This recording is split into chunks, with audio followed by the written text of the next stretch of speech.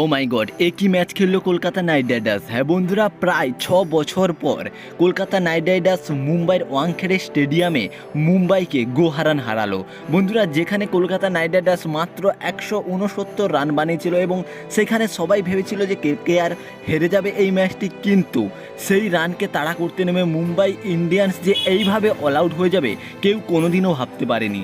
বন্ধুরা, এই ম্যাচে কে কত রান বানালো এবং কে কয়টি করে উইকেট পেল এবং কেকেআর এই ম্যাচটি জেতার পর কোন কোন নতুন রেকর্ড বানালো, এই সমস্ত তথ্য কিন্তু এই ভিডিওতে আমরা আলোচনা করব।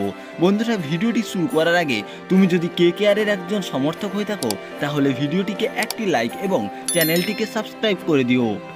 বন্ধুরা, এই দুর্ধর্ষকর ম্যাচে মুম্বাই ইন্ডিয়ান্স টসে জিতে প্রথম বোলিং করার সিদ্ধান্ত নেয়। ব্যাটিংয়ে নামে কেকেআরের দুই ওপেনার সুনীল নারিন এবং ফিল সল্ট, দুজনেই কিন্তু ব্যর্থ যায়। প্রথমেই 10 রানের মাথায় দুজনেই আউট হয়ে যায়, কিন্তু ঠিক তারপরেই আসে ভেঙ্কটেশ আইয়ারের কামাল। হ্যাঁ বন্ধুরা, ভেঙ্কটেশ আইয়ার 52 বলে 70 রানের একটি দুর্ধর্ষ ইনিংস খেলে এবং তার সঙ্গে সঙ্গ দেয় এবছর আইপিএলের কেকেআরের হয়ে প্রথম ম্যাচ খেলা মনীষ পান্ডে। হ্যাঁ বন্ধুরা, মনীষ পান্ডে কিন্তু 42 রানের দুর্ধর্ষ ইনিংস খেলে এবং শেষ পর্যন্ত কেকেআর 19 ওভার 5 বলে 169 রান বানিয়ে কিন্তু অল আউট হয়ে যায়। মুম্বাইয়ের বোলিংয়ের কথা বলতে গেলে জসপ্রীত বুমরা 3টি, থুসরানা 3টি এবং হার্দিক পান্ডিয়া 2টি উইকেট নেয়। এই রানটি চেস করতে নামে মুম্বাই দুই ওপেনার রোহিত শর্মা এবং ঈশান কিষান, দুজনেই কিন্তু খুব তাড়াতাড়ি আউট হয়ে যায়। রোহিত শর্মা 11, ঈশান কিষান 13 রান বানায় এবং মিডিল পজিশনে একমাত্র সূর্যকুমার যাদব 56 রানের একটি দুর্ধর্ষ ইনিংস খেলে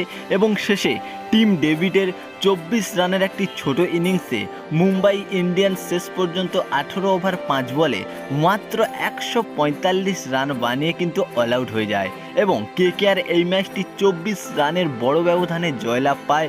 এবং কেকেআরের যদি বোলারের কথা বলা যায়, মিচেল স্টার্ক, যে কিনা প্রথম কয়েকটি ম্যাচে প্রচুর রান দিয়েছিল, কিন্তু এই ম্যাচে সে হিরো হয়েছে, কারণ তিনি 4টি উইকেট নিয়েছে এবং তার সঙ্গে বরুণ চক্রবর্তী 2টি, সুনীল নারিন 2টি এবং অ্যান্ড্রে রাসাল 2টি উইকেট নিয়েছে। বন্ধুরা, এই ম্যাচটি জেতার পর কেকেআর একটি নতুন রেকর্ড বানালো, যেখানে কেকেআর মুম্বাই ইন্ডিয়ান্সের মাটিতে কোনোদিনও মুম্বাইকে হারাতে পারছিল না।